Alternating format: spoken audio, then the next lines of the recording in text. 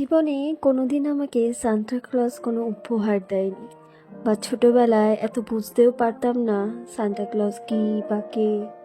শুধু এইটুকুনি জানতাম 25শে ডিসেম্বর বড়দিন, যীশু খ্রিস্টের জন্মদিন।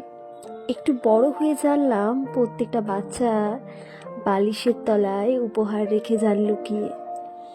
তখন থেকে বাড়ির ছোট্ট মেম্বারটির জন্য বালিশের নিচে গিফট রেখে, তার সাথে আমিও অবাক বিস্ময়ে উপহার দেখে খুশিতে লাফালাফি করি। বাড়ির ছোট্ট মেম্বারটির ছোট্ট ছোট্ট ইচ্ছেগুলোকে পূরণ করার চেষ্টা করি। আমাদের সময়ে, বিশেষত আমার জীবনের ক্ষেত্রে, এই ইচ্ছে পূরণ করার সান্তা ক্লজটা পাওয়া হয়নি।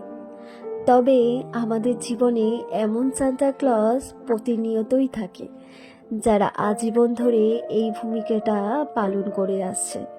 ভূমিকার প্রথমেই থাকে বাবা মা, আর তারপর এই সান্তার ভূমিকাটা পালন করে আমাদের কাছের মানুষটা, যারা আমাদের অনেক ইচ্ছায়, অনেক আবদার, ভালো লাগা, খুশি, এই সবটাই প্রতিনিয়ত পূরণ করে থাকে।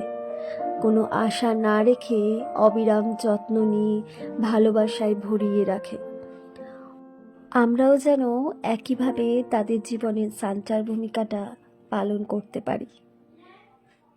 সকলকে জানাই মেরি ক্রিসমাস।